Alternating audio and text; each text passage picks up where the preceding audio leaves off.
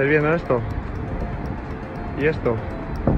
Pues cuando estaba haciendo yo surf, le estaba diciendo un socorrista a una tía que se saliera del agua porque era positivo de coronavirus. Y se ha negado y la están esperando.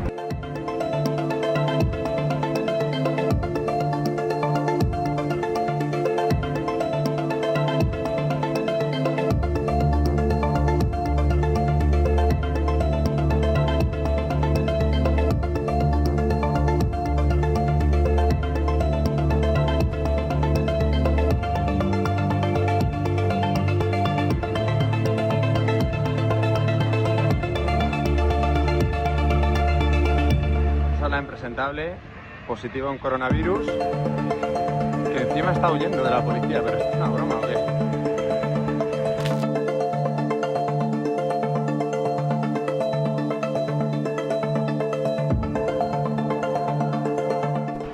La del coronavirus, que se niega a pirarse y se va detenida. Qué sinvergüenza, macho.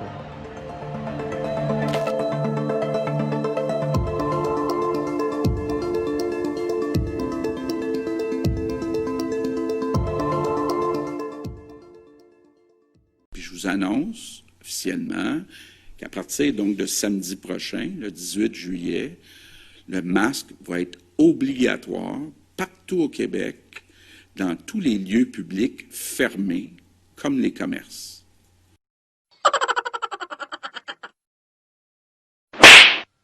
Si vous me demandez où je pense que ça va aboutir, c'est que les gens vont tellement bien réagir qu'on n'aura pas besoin de mettre des amendes aux individus, pas plus qu'on veut en donner aux commerçants.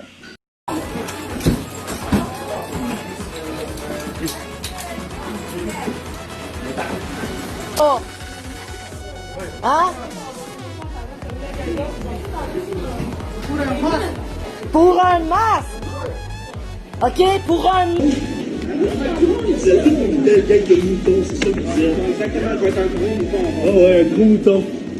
Sur les 6 écoles où on a dénombré des cas, 3 de celles-ci étaient en lien avec le bar, le Kerouac. Le directeur de la santé publique peut, sans avoir besoin de recourir à un juge, d'émettre une ordonnance pour obliger quelqu'un à s'isoler préventivement. Je pourrais vous dire, c'est ce qu'on a fait ce matin, là. Mais on l'a fait aussi face à une autre personne qui refusait de collaborer à l'enquête. Parce que les pouvoirs du directeur de santé publique vont jusqu'à exiger que les gens collaborent à nos enquêtes. Quand vous isolez un cas positif, vous le suivez. On s'assure qu'il respecte l'isolement. Mais on ne va pas chez lui. On ne peut pas aller chez lui. Qu'est-ce qu'on fait? On a engagé justement des policiers à la retraite qui nous aident. On est chanceux ici dans la capitale nationale. Ces policiers-là ont des techniques pour savoir si la personne peut ou non coopérer. Fait que déjà, l'activité dans les bars, où là, quelquefois la musique est forte, quelquefois il faut parler plus fort, imaginer, chanter, on se retrouve avec pratiquement un cumul de risques extrêmement périlleux. Si on veut vraiment protéger la population, ben, il va falloir probablement être extrêmement strict sur les aménagements physiques. Si on ne l'interdit pas, je ne peux pas vous dire qu'est-ce qu'on va faire là-dessus parce que ça doit être débattu au niveau de l'ensemble des experts au Québec là-dessus. Personnellement, je n'irai pas dans un karaoké. Il y a quelque chose qu'il faut que les gens comprennent, c'est qu'il y a des choses qu'on faisait avant la COVID, avant l'arrivée de la COVID-19, il y a des choses qu'on ne fait plus maintenant. Normalement, quand on attend le résultat d'un test, on ne devrait pas sortir. Docteur Girard, avant de terminer, il y a une journaliste qui ne pouvait pas être présente ici qui demande brièvement, est-ce que des ordonnances ont été émises à l'endroit des clients récalcitrants? Oui, l'ordonnance concernait justement 2 personnes qui ne collaboraient pas. Et on trouve que c'est formidable de pouvoir finalement utiliser ce levier-là. Dans le cas de la COVID-19, nous avons la possibilité d'isoler quelqu'un pendant 14 jours. Et c'est ce que nous avons fait ce matin. Et c'est ce que nous avons déjà fait dans le passé. Et on a aussi, comme on l'a fait ce matin, obligé une personne à collaborer à l'enquête.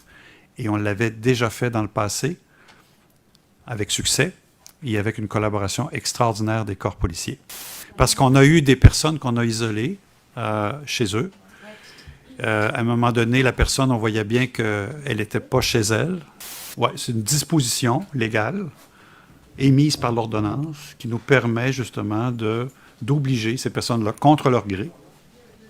Il faut bien le dire, hein, c'est ça, mais dans l'intérêt public.